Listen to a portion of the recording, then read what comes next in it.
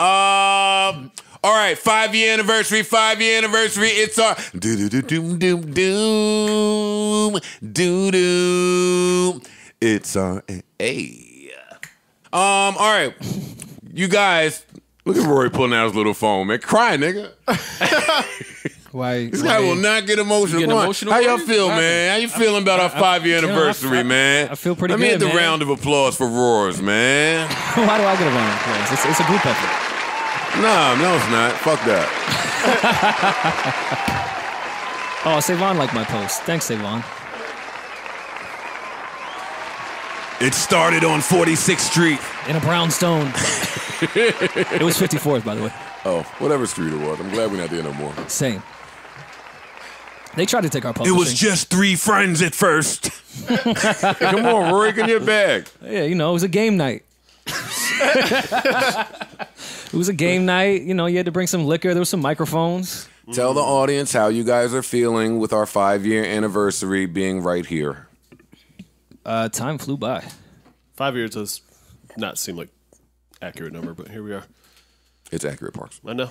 I saw the tweets. 5 years. All started as a twinkle in the eye. It actually all started at New York All-Star Weekend. A twinkle in the eye. Was that New York All-Star Weekend? It was. It started you and I at Griffin.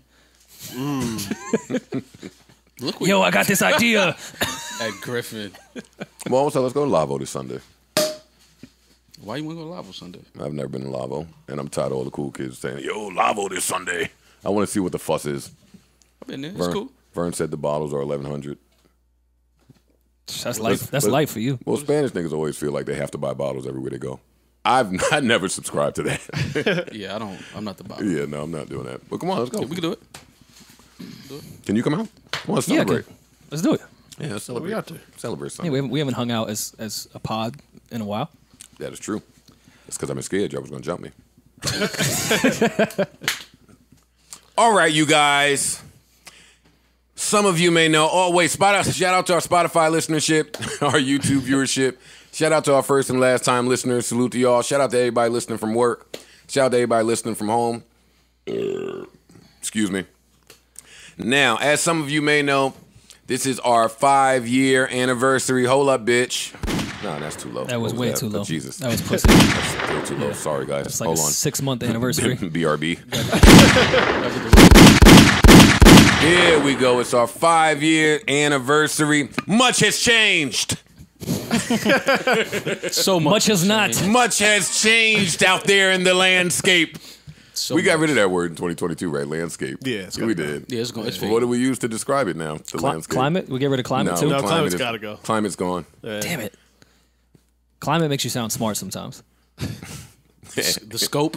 The scope. The terrain. The scope might not be a I bad fuck with one. terrain. I like terrain. It's a nice flip. Let's do terrain in 2020. If you look at Rap's terrain right now.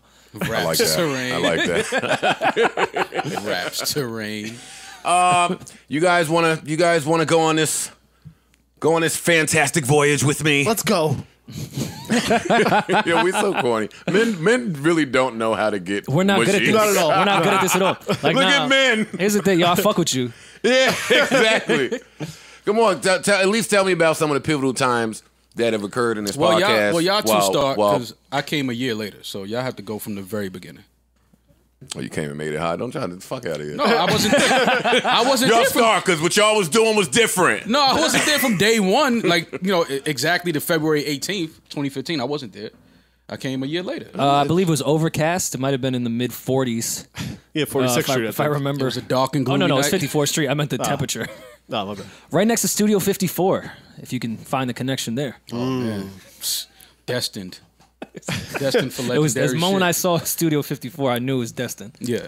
You guys, if you haven't been able to tell, Rory is going to joke through this whole thing. Oh, for sure. So which one of you can actually tap No, well, into y'all the have to mushiness? take it from I have the to do beginning. it. Take it from the beginning. All right, guys. Take it from the beginning. I remember really- those early mornings before the We did it in All the of afternoon. Lost sessions. I would come meet you guys at 54th Street and fall asleep on the couch for a minute. Listen, man, I used to take my lunch breaks. I'd always pretend I had a meeting an hour before or after. I'd put a fake calendar invite to nobody just so no one could book me at that time. I'd take a lunch break. I'd run up to 54th Street, talk some shit, maybe even drink a little on the job, and run right back to my job. Moonlighting. Because the podcast was quicker back then, huh? Much quicker.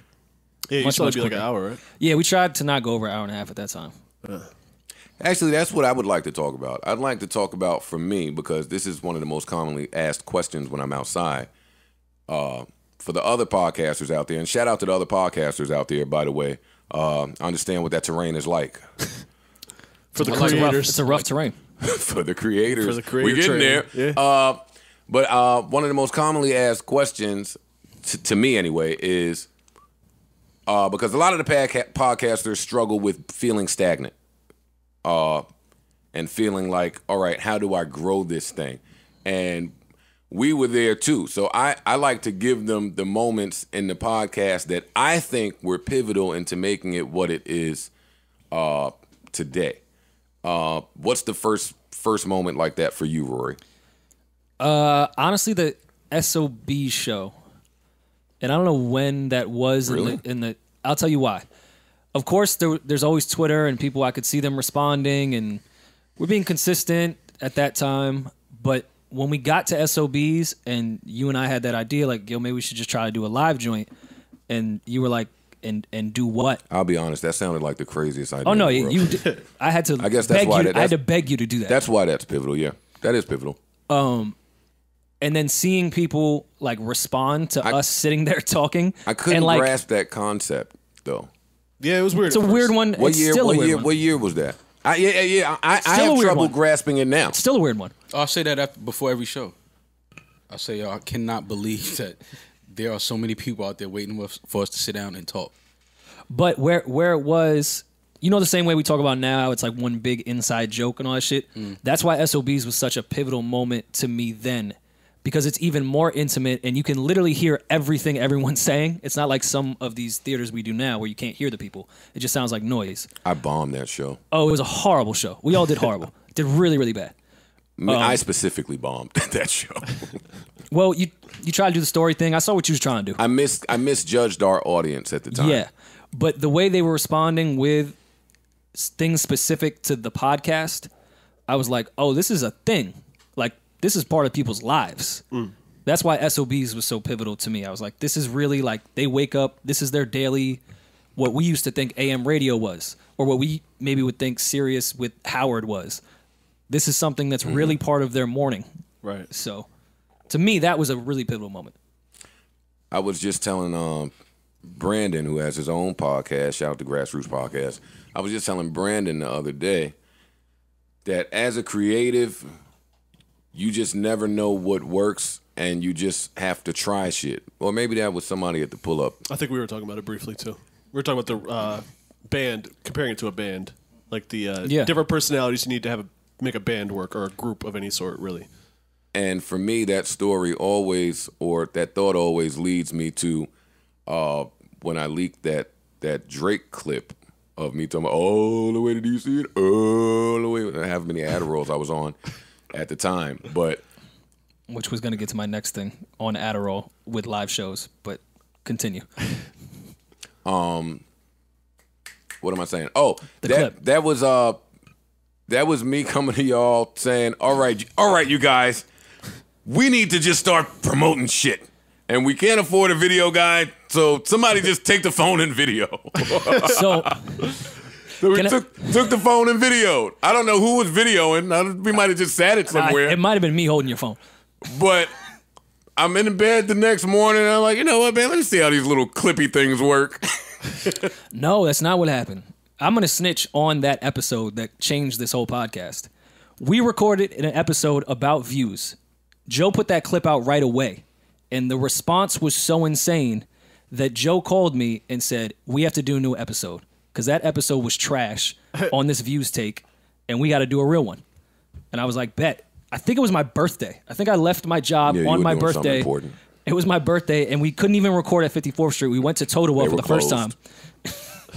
And we had to redo that views thing. Not to change any takes. It was just a bad episode. That's all it was. Yeah, I don't think people realize that that clip that you see Joe is not that actual episode. Yeah, then there's that part. But I'm just saying, I didn't think that clip would take off that way. You just never know what will catch fire or what won't catch fire. That was a real pivotal moment. Oh, huge. Marty leaving, Maul coming on. Still, we've never asked Maul to be a permanent member here. He just keeps coming. He's only by contract, I guess. Before you got there, I did want to talk about the South by show. The South by show? Getting you to go to South by was another task in itself, which was a task in all of ourselves. I think, who did we... Steph hooked me up with... Oh, I forgot his name. He's a good dude now. God, I forgot his name. Whatever. We did that shit in Austin, Texas, and went out there for the weekend and had the worst time of our lives to the best time of our lives. And I did a show on so much Adderall. I think it was the most Adderall I've ever taken in my entire life. And we bombed again. We bombed again. Unsurprisingly. Oh, my God. We bombed again. That was we bombed a few shows. Oh, did we? Remember that dude passed out drunk in the middle of the show? Yeah. Yeah. And then us as a crowd and podcast took a picture with him passed out. I think I have that on my Instagram somewhere. Well, I'm glad the shows have improved. Certainly. Certainly. Yeah, Maul, your arrival was big. Pause. Okay, I'll accept that. I think for me it was You came and spiced things up. I don't know. I wouldn't say spice. I think that it was just a dynamic that was already there with you and I, and then I think that kind of just translated well, audio. That makes it hard to fire you because I don't have another friend like this.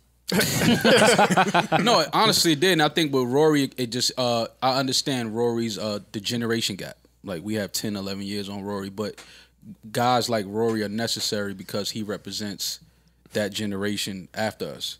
So to me, coming in, it was a comfortable fit. Sorry, my generation.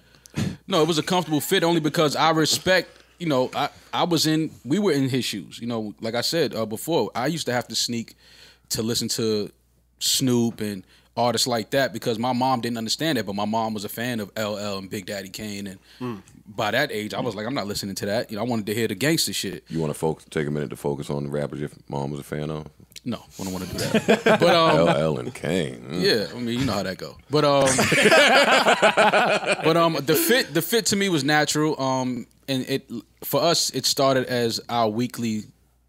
To me, it felt like let's just come in here and just talk about what guys talk about, and let's just put it out there. And if people love it, they love it. If not, whatever. At least we got some shit off our chest. But then I think I want to say the Highline Ballroom live show. I think for me definitely that's when I knew that this was something different.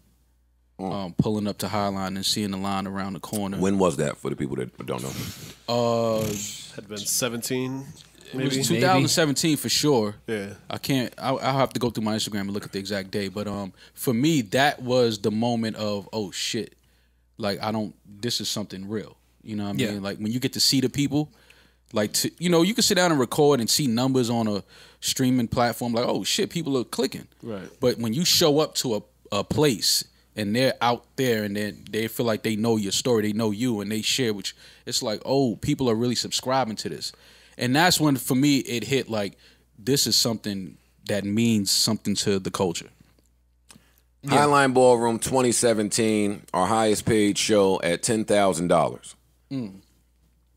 Yeah. I'll be honest. I really, I think door splits. I hate touring. What'd you say? I think just with door splits, like it wasn't a fee. Yeah, hey, if you sell out, if you sell out, no one had a guarantee for us. Yeah. But yeah, just as somebody who hates touring and couldn't grasp the concept of just speaking in front of people, I'll be honest. My conversations with Ian behind the scenes was like, fam, how many times you want me to do this? Mm-hmm. And a part of me felt like a part of me felt like I didn't want to rob y'all of the experience of performing in front of that type of crowd because I'm jaded. Mm-hmm. So I rolled. Mm-hmm. Sometimes you just got to roll too. Yeah. Well, I think those live shows kind of spoke to why this podcast comes off so authentic, because Maul and I, and you to some degree so much at that time, even though you did the Hot 97 thing, we're not broadcasters. We're not media personalities. Like, we didn't come from that background and then just adapted to the podcast. We adapted to this entire genre, kind of on the fly. Like we grew. Maul and I had never spoke in front of any. When I walked on that stage at SOBs, that was the first time I'd spoke in front of people. Period. And then your next show is Highline, and then from there you're doing a tour in theaters. Like, yeah. I think it's some learning on the fly shit. Yeah, but that's to me that's the beautiful part That's about what podcasting is to me, though. Like you grow with it. You grow with the platform. You grow with the people. You grow with your audience. And to me, like I said, that Highline Ballroom show to me was when it clicked. Like, okay, this is real. And then, you know, looking back to, I think the second time I felt like that, I think was in Atlanta when we walked on stage at the Tabernacle. That was ridiculous. That show was insane. The stage was literally shaking. Yeah.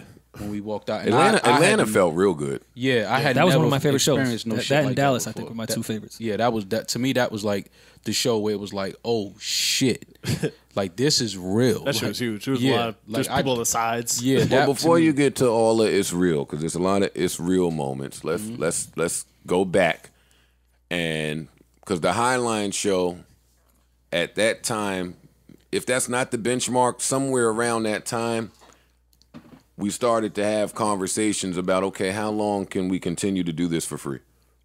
Yeah. I think that's real important to get into. Can any of y'all speak to that? Yeah, it was one of my favorite Fonte lines. My press was much bigger than my sound scan. Like, we were looked at starting to become a real legitimate podcast, not just in the quote-unquote urban space. Like, if you looked at those numbers, we were doing real numbers. But all we were doing was spending money and losing money. So it kind of got to like, yeah, I love that we're doing this, and let's do it for the culture and all those cool words that we love to use and actually believe and really stand for. But it was like, all right, we got to do something here. We're gonna be running in circles. Well, I think if we miss the window of the money, that still happens. But before you start, Maul, you guys, when I'm just so you know, when I'm bored, sometimes I go back to see what each of us would have made had we taken some of those deals. I do. For real, and I thank God. I think that's a natural thing to do, though. But I think you have to do Like, because it also lets you know that, you know, sometimes you have to say no. Like, it's okay to say no, and then you look back at shit you said no to, and you're reminded, like, okay, yeah, we'll be fine. Like, we can stand in this moment and just be like, nah, we're not going to do that right now, and then something better's on the other end of that. And on top of that, like, that was around the 3-year mark. At that time, you know, I think 5 years is a long time, but it's still not that long if you look at the scope of things. So jumping at something at 3 years, I think we all just felt like we may be jumping the gun. Even though we're losing money, we shouldn't grab the first thing that has dollar signs because it could dilute what this could become. Well, again, at that time, I felt kind of bad for, like, y'all. Like, you was going to work still. Relax. Let me just relax you right there. Maul was in and out of You were town. devoting your time. Devoting. I like that. And it's like, Devoting and your it's time. like, okay, cool. Joe is passionate about this thing. Joe can continue to do this just for the free. But, like, my guys, I feel like, are new in this field, and how much longer can I expect them to devote their time without being paid? Like, I think that's why I maybe considered some of those. But to me, that wasn't never really a big deal because. Maul, shut up! I'm not letting y'all front right now. No. It was a big deal. It was a huge deal. I'm gonna tell you why it wasn't at first though, because. I ain't talking about at first. At first, we was chilling. We friends. Yeah. No, but I'm that's what talking I'm about saying. around month. No, but I'm just saying at 36. first you don't think about the money because it's like you don't even really know what money to accept. Like you don't even know how to really get paid for this shit yet. Like when you first starting it and building it, it's like we don't know what we was happy getting MeUndies. Like remember we went crazy for the yoga pants and all of that. Like we was cool with shit like that. Those yoga pants I still wear to this day. The bevel ad. Yeah, like we was cool with shit like that. So it wasn't. But Wait, then you know after what? a while, We glossing over that. That's another really important point to be made of our approach to ads. Yeah. And our stance on taking ads, the ads we will take. Rory brought a lot of them early ads in, Bevel Me Undies, all of that shit. Talkspace, we did a DraftKings. we did a horrible job of Mattresses. representing Eric them. Bromberg helped us. So they didn't continue to pay us because it wasn't the standard way of doing an ad. Yeah. they were taking the chance. They didn't even really know how to capitalize off a podcast. I gotta ask. Yeah, but that's one of those things. I think I had to get on the phone with either the president of Talkspace or somebody to talk them down about sending us the other half of the money after that Talkspace ad. I was like, nah, you don't understand. Like, Joe comes from that. You can go through his catalog. Like, he would never mock any of that. He really speaks for that truly. But our audience enjoys satire and sarcasm. That was so a the best great ad. The best way to get That was the this, best ad I've ever done. Yeah, it was by far. The best way to get this message across to our listeners is to talk to them like they'd like to be talked to. Right. Yeah, but that's still the fight today. I agree. Yeah. Like, a lot of you advertisers and the old people that work with the advertisers, your thinking is old and outdated. Right. And when you get with some guys that's not going to just move for the bag, no, rework your thinking and then come back if you want to do business here anyway. It's also unnatural for the format. Like, I dislike when I listen to other podcasts that do take ads and it interrupts the whole streaming shit, as opposed to that particular ad where it was just right in the conversation. Exactly. Like, more people should do that. It feels like it's part of, even if you're joking at the time, part of the joke. And it resonates more with them because they're laughing and enjoying it rather than hitting that little 15-second thing you can hit when ads start on podcasts. Yeah. Right. And do I think it's only worth $1,500 for me to integrate an ad in real time? In real time for you to avoid the paywall that you like? How much is that worth, really? It ain't worth $1,500. Right. No. But I also put a flip side to that coin. I do appreciate the early advertisers thinking podcasting was truly effective, and it is. Yeah. Because a lot of them would be like, I'm going to give them money for a podcast ad, and that's why the numbers I think were so low. But I do appreciate some of those advertisers that had the foresight to see that podcasts were important, and this is a space that should have advertising. I agree. But how they went about it, of course, it's early. We're all going to fuck up. But it was a stupid way to go about it. Like, reading a 30-second mid-roll and a pre-roll, it's just not the best way for the consumer to listen about your product. I wasn't about to sacrifice the content that the audience heard over $1,500 to $2,500. It's not worth it. Totally agree. It's not worth. It's cutting your nose to spite your face if you're playing the long game. But you were saying more. About I cut you off with the ad shit, but you were going somewhere. I can't remember. I'm sorry. I think there was two really pivotal moments in the Totowa studio parking lot. I think the first one was the full-blown fight that the three of us had, not physically, that we ended up missing. That was like maybe the 2 or 3 time in this entire 5-year period that there was no podcast episode. Because we blew up at each other in the parking lot. I'll be honest with you, I don't even really remember what it was about. Yeah, you reminded me. I don't remember. But we didn't record? No, we skipped the episode. We didn't even make it into the studio. I think that was what was fine though? I think I don't that even- was during What I did. we was arguing. We was arguing about Good old 30 milligram joint. we was arguing about. I think the at that time I think Tidal was in play. That's what I'm saying. Yes. Nah, Yes. Title That was makes Conversations sense to Outside me. of Park's house. No, we had that. That we makes had that sense twice, to me though. because that's when y'all was ready to murk me. I remember it. You no, at that exaggerate time, that a at- bit. Yo, Because I it don't. was a short deal. I That's the don't. only reason why I wasn't. It was a short deal. It was only 6 months. It was 6 months. Yeah, that's why I was like, and we let's wasn't as just take it. pressed as you make it out to seem that we were. Yes, y'all was. No, we wasn't. Yes, you were. We were interested in That's- hearing more.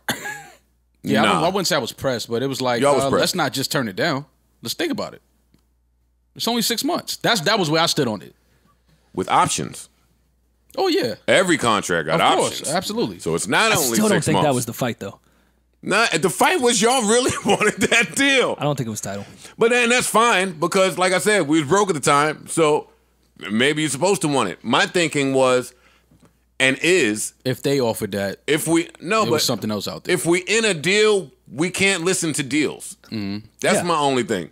Oh, so no, of so course. so while we're building value, why are we going to be in a deal and not talking about title, but It a makes- deal? listen, it makes a deal perfect where sense we now. not getting analytics and information. It makes perfect sense now. Let me just thank you. Thank you. Now it makes perfect sense. Then in the moment, it was kind of like, fam, it's 6 months. I'm just thinking 6 months, we out. Like, let's go take Let's this rob bag them for and 6 leave. months and we out. Not to be too mushy, but I do appreciate that from y'all. Like I do appreciate y'all disagreeing with me, because I come from jaded music business shit, so my thinking is just different. Right. I do appreciate y'all disagreeing with me, but sometimes just riding off of trust. Absolutely, you have to. You have to. Yeah. No, You have niggas don't. No, but we're a testament to you have to. This is a testament. Like, you have to, you got to trust each other even when it seems like the worst idea in the world. Like, just go through it together. And when we come out on the other end, it's like, then we look back like, I will never do that again. Or that was the best idea we ever had. Which brings me to my next conversation in the Totowa parking lot that was so pivotal. Joe came and said, yo, we got another offer. 2 offers. I'm not going to say what the numbers were, but one will be much quicker and you will be much richer very fast if we take this one. The other one, it's going to take some time, but it'll probably end up being better in the long run. And let's go the long run. I don't even think it was a conversation. No, that was here. Oh, yeah. That was in this yard. That was back here? That was Why here. did I think that yard. was in Totowa? No, that was here. Because the yards look the same. Okay. That was here. Yeah, they're similar. That was here. Yeah, I remember that one. And that one, to me, again, but by that time, we knew what we had. Yeah, We knew, yeah. we No, knew you what we had. speak for yourself. You knew what we had. Y'all certainly shocked me in that conversation. Oh, no. You were surprised by our response. Never thought y'all was. I thought that was going to be our next fight. 2 dudes that were just pressing me about the title deal. And now there's this huge deal that's going to make everybody rich. And I'm going to say, no, let's not take it. Yeah, No, I don't even think we spent Not at more all. than 5 seconds talking about that. Not at all. It was quick. It was Yeah. quick. Another huge moment for me, the name change. Yeah. Yeah. From I'll name this podcast later to the Joe Budden podcast. Listen, I know a lot of y'all out there think that that's due to my narcissism. It is not. It is not. I just saw you guys really confused on how to find this thing. Yeah. SEO was Yeah. bad. It was pissing me off. Yeah. And even though we ended up on this really simple solution, I hated that solution. Like, it took me months. The old name was great. That great. was the best podcast name in the world. It's just I'll it's name a this nightmare to podcast find. later.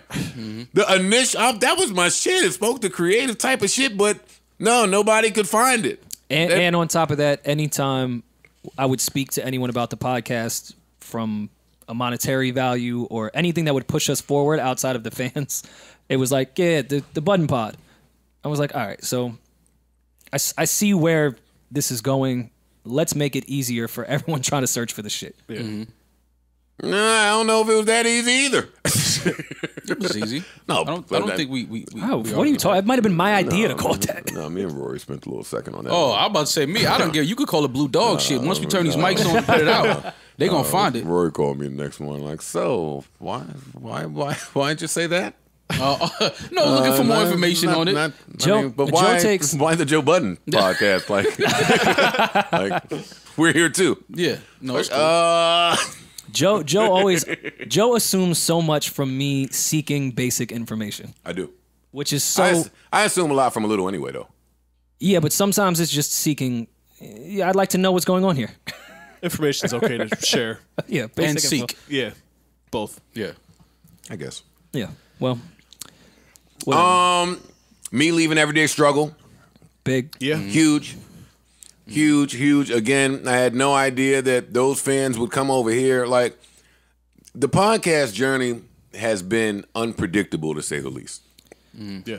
That's what I'll say. That's a great word for what it's Even been. skipped over the before mall trying to find, like, you and I just throwing shit at a wall. Like, why don't we grab this chick? Why don't we remember a throw couple of those. this dude over here? I Like, remember a couple of those. Because my thinking was, it was me and Rory, we need a girl. that was the thinking for probably 2 or 3 weeks, and we were really convinced on that. And then you and I looked at each other and said, well, why? Yeah. Not in a misogynistic way, but why? right. It Again, doesn't- information. Doesn't have to be a girl, I guess. Yeah. Yeah, why does it have to be? Was there any adjustment period for you two as dudes that, like Rory said, didn't come from broadcasting, maybe had no real experience in broadcasting, learning the audience how they react to what you say, what to say, like just being behind a microphone, that adjustment? Oh, for me, it was the biggest adjustment for me. I mean, you know me personally. Like I'm open and talk and share with, and if it's my people, Your Right. crew. yeah. But to random people that I don't even know, and to me that was the toughest part. It was like, I don't want to just be talking to random people, but all right, I get it. So for Well, me, you kind of don't still talk to them. nah, I do. You see him at the meet and greet going, yo, fam, I appreciate it. Yeah, see, that's me opening up. But yeah. So for me, that was the biggest change. It was just talking and being open with people that I have no idea who they are. For me, that was just a very different. Never imagined I would be doing something like this. I think for me, and early I claimed I didn't give a fuck, and I know it's cool to say you don't give a fuck about public opinion. I had always lived my life amongst my friends. That should have smacked you in the face. I had always spoke like I was speaking to my friends. I would always react away knowing my friends knew who I was, whether something was out of my character or maybe I didn't mean that, or you know what I mean when I say that. Boy, is that different when you have everyone in your mentions with a completely different perception of who you are. It's nuts. Or with no perception of who you are. Yeah. And now you're judged by your mistake. Yeah, and when I say Or something you something, said off the fly. and when I say something, it's not mine. Like, whoever heard me say it now has the luxury of taking my words and making it their perception. Right. Like, I didn't say that. Just because you perceived it that way doesn't mean I said it that way. But and that was another thing I learned, that you also are responsible for how people perceive what you're saying. I feel To the some opposite. degree, like you are responsible for how people take in what you put out. I've gotten better at it for sure, because now I know I have to be particular with my words because people nitpick every last syllable that you say and then change it to whatever narrative they want it to be. That took some time. Like, and then me just sitting on my time, like, fam, where you at? Yeah. Like, at Niggas some like point, that. like, where you at? Right. Yeah, I know it's cool to just sit there and everyone that has a platform, like, why are you even reacting to these people? Because I'm fucking human. Right. Shut the fuck up. You sit over here and do this. Another moment I think too for us was when we started doing video. When we started doing no, YouTube. it's one of the biggest. Yeah, that was by far the that's biggest. one of the biggest. Number one, I would say. Yeah, that was like, you know, I'm walking through the same blocks in Harlem, but people are saying what's up and yo, I fuck with the show, and I'm like, oh, okay. And again, the arguments or the conversations that you have with yourself when it comes to some of these things, like with all these benchmarks that y'all are saying, I'm thinking about my conversation with Ian when it came to that. And for Ian to tell me that I had to pay over $2,500 a month to record a podcast Yeah. when I was broke. It's not an easy conversation to have. Why? And no. And why aren't you chipping in since this is such a great fucking idea? If you believe in it, bust it down. God damn it. Right. Yeah, that was tough to see zero return, to just pay a certain amount and get like That's it. 39 cents back. But it wasn't about that at the time. It was about just growing the field and doing shit different in the field. And I know this is podcasting, but why can't this be a video? And why can't we be visible? And why can't this be a, It's a like, broadcast. thank God. Thank God that happened. Thank God that YouTube page was sitting there dormant. Because I had no idea what to do with it after Joe Budden TV. And grabbing that many subscribers at that time that were just chilling. Yeah, like what a cheat code. Hey, you 125,000 people that have been looking at nothing, look at this. Yeah. Right. And I had to learn that too, because I was listening to podcasts prior to us even starting one, and some of them had videos here and there, but that's not how I wanted to consume it. I preferred to listen to it on the go, working out, whatever. So when listeners will come up to be like, nah, I just throw that shit up on the screen and I go about my day. Like, I don't even do the audio sometimes. Learning was the was a new thing to me. I was like, really? Because when something's so new, you just think about it in your own lens, and you're like, oh, well, this is how I like to do it, so it must be how everyone else does, Right. which is such a false way to think. But yeah, when listeners try to tell me like, nah, I do the YouTube, man. Even where Spotify is today, shout out to Spotify and thank you. But even where they are today versus the conversation they had with Ian and myself at the Mondrian downstairs lobby when we were trying to get this deal Great chicken parm. done. It was like, they need to update that menu. But It's been the same, but chicken and I'm parm not a is chicken great. parm guy, so I don't order that. But, Gotcha. Okay. But that conversation was, I mean, not to snitch on anybody, but yo, let's just give something a shot. Let's try this. They had no idea what they was getting into. They knew we had an audience. They knew they had a couple podcasts. Let's see how this works. Nobody was able to convert their audience to that platform before me. So for it to work like that, but that very first week, we trying to go live, the episode is late. Spotify's engine or whatever the inner workings of there take 2 hours to fucking process, and Spotify didn't think that was so important because it's just a podcast. But y'all got this fucked up. People sitting there waiting, hitting refresh. Especially to announce something. They are adding y'all and killing y'all, and boy was that. Thank y'all. Boy was that was monumental. Like, all those times you just realize how powerful the public's voice is.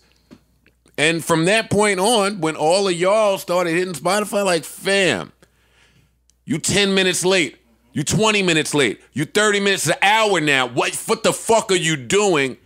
I think they kind of knew the value and was like, oh, okay, we got to do some things differently here. It was never late again. Yeah. And I think I was a morbid thinker when Nick Rosenberg had hit me and was like, Spotify's looking for you. Like it was some mysterious thing. And I was like, I'm going to add Ian to the email. But I honestly didn't, because I'm a morbid thinker. I was like. Good old Nick. Shout out to Nick. Yeah, shout out to Nick Rosenberg. And Peter too. Well, but we had hit Spotify. Ian had reached out to Spotify and however many other people he reached out to, but at least a year and a half prior to our Spotify talks.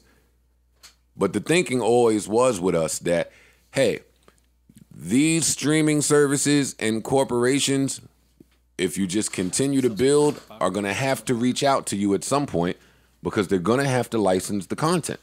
Mm-hmm.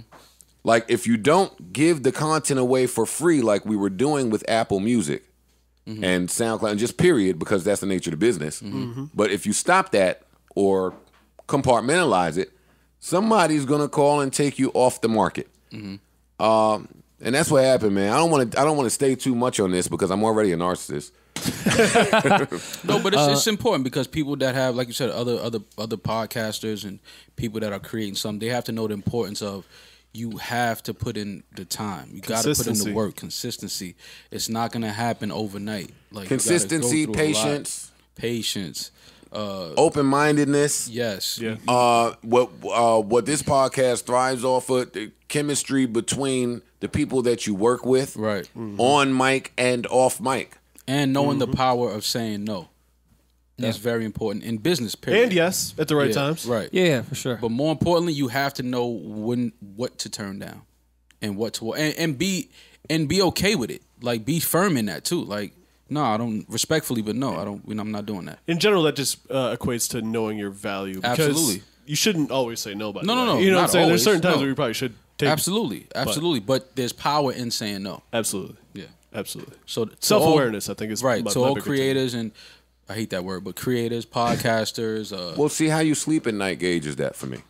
Mm-hmm. It's like when I used to not have enough money to shop. If I saw a particular article of clothing and I liked it a lot, I would go home. I would not purchase it. And if I still thought about that article of clothing as I slept, then the next day I would go back and get it. And it's the same thing here. Like, I think this podcast has thrived a lot on just living and dying on the side of what's right and what's wrong, what feels good, what doesn't feel good. Yeah. So the no's, and I'll be honest with you, in the past 2 years, I've probably said no to over $30 million.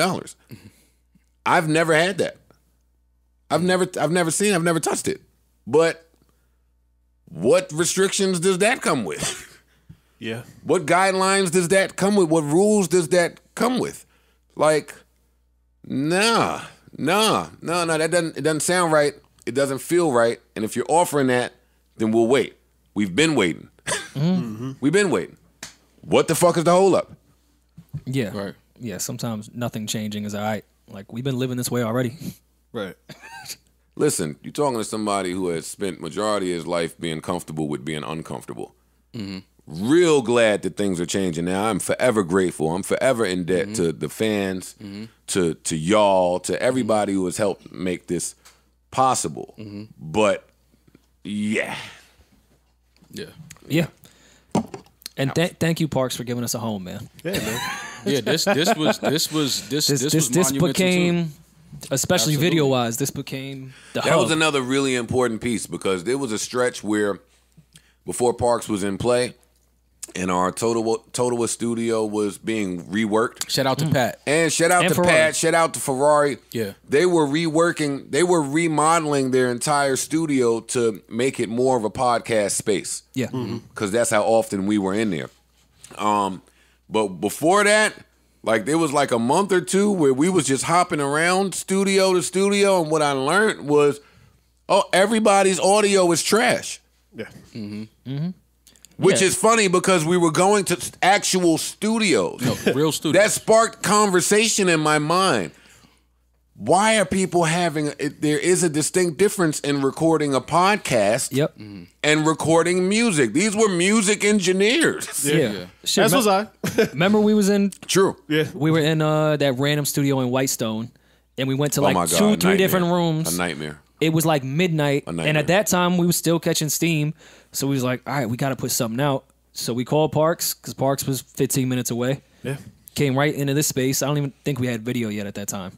I don't think so. We had done a couple here No, we before. have- Yeah. We started video. I think this Whitestone thing was. I don't even know I if think he was we on did yet. one even with Marissa here. We had video. We did a okay, couple. so yeah, Okay. We had done a couple here over the years, just when we were Random working shit, on yeah. Rage or whatever, in between did projects. We just need- did Impreme Studio we did randomly one Preems a couple time. times. Yeah. We studio hopped a lot, man. Yeah. Yeah. That's part of it, though. Yeah. And Well, then you- well, thank you guys. Thank you. Thank you. Yeah, man. Thank you guys. Save on. I'm glad that we're. Yeah, Savon, Erickson Erickson, brought the visual to a whole old different Chris level. Brown, new Chris Brown. Well, not new Chris Brown, right? You don't fuck with him no more, right? Fuck that nigga. Fuck that nigga. You robbed my nigga, man. Motherfucker.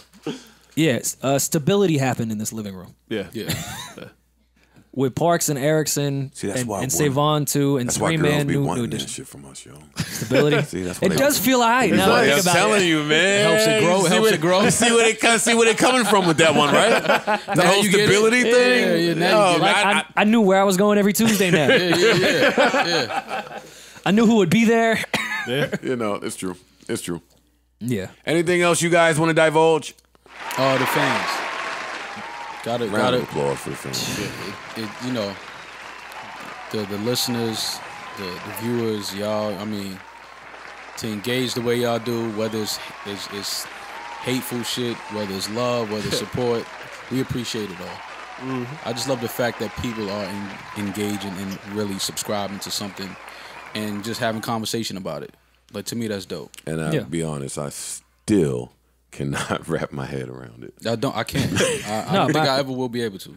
My highlight of last year was really meeting like some of our listeners. Oh, the that meet shit and was like greets. really cool to me. The like, meet meeting and the greets people are that my listen to favorite us. shit. Meet and greets my That shit is favorite awesome. Because you know what it tells me that I didn't know? Like, y'all stupid like us. Yes.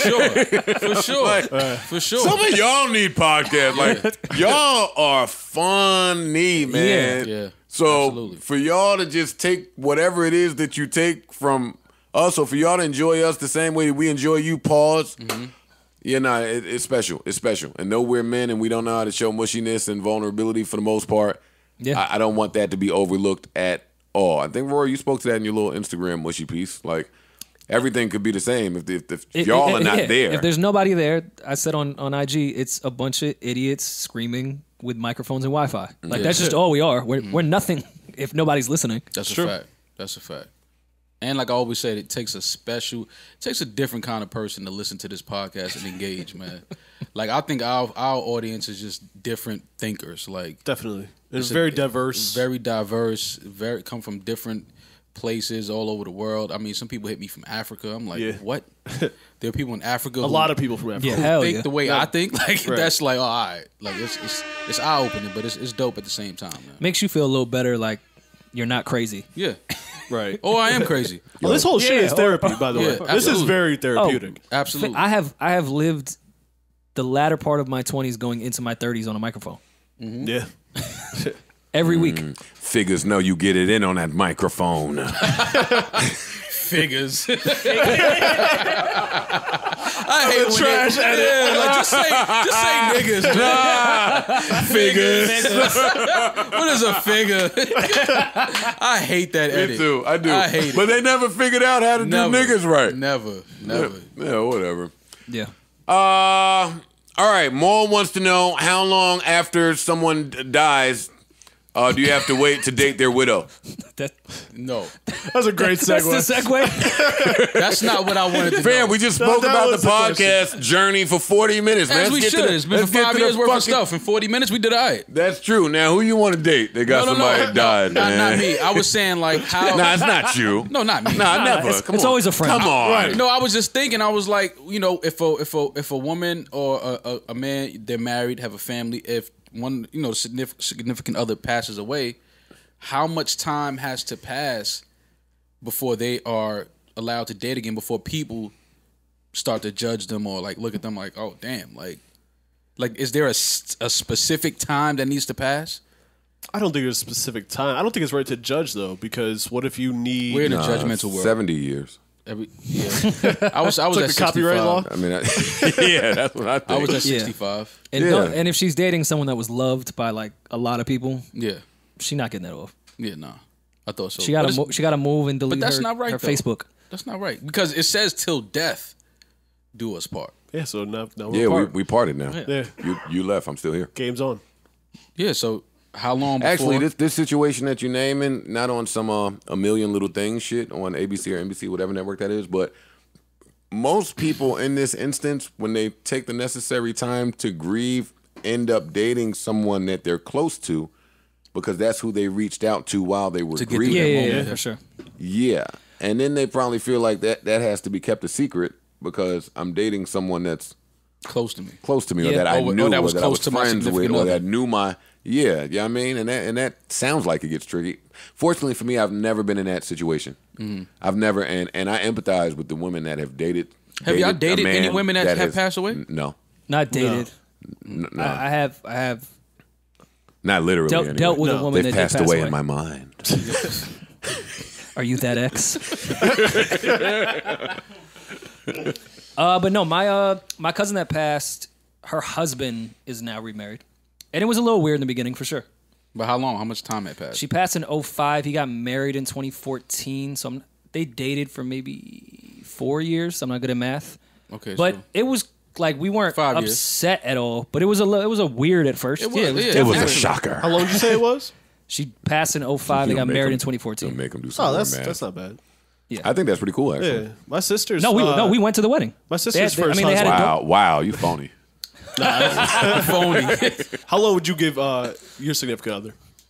Joe just said 5 To do what? 70 No, years. if your significant other passed, how long before you would start dating someone else? Publicly?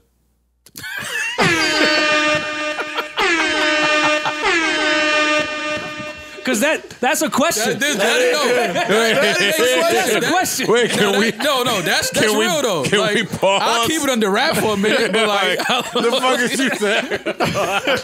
I ain't gonna be on the gram with it. Like, you know, Yeah, I'm respectful. I I'm ain't gonna do respectful. all that, but I'm thrashing something down. Your grave still gonna have flowers. Don't worry. Yeah, You ain't see them episodes of Power where Ghost had to go get that frustration nut out? It'd be like that, like, oh, it's sad, man. Tommy, why'd you kill Angela? y'all are sick. Yeah, the funny thing Deeply is sick. that's when chicks think I got the insane dick when I'm thinking about some other shit. The grieving dick? You got some other shit on your mind? Hell yeah, I'm not thinking nothing about you. Shit like, oh, do that Yeah. again. I'm not saying I'm anything. not- all right. Now not even here I right think now. about it, that grieving dick probably better than the pill dick, the Henny dick. Y'all are crazy. All those dicks are high up there, though. Pill dick. Rory naming the good dicks, pause. Pill dick. Whoa! I said pause. 2022 is right around the corner. y'all I can't- said pause. It's getting closer. She's a Getting prophet. Closer, closer. Azealia wasn't wrong. That's some funny shit. 2022. It's right around the corner. Right there. Yo, I see a few niggas saying that because she put that out there. Like, That's what right. do y'all think is changing in 2022? And a nigga hit me in my mentions like, yo, you my nigga, man, but cool it down. You my nigga, but simmer down a little bit. How you tell a nigga to simmer down? I said cool it. Don't tell me to simmer down. Cool it. Don't tell me to simmer down. My bad. The fuck?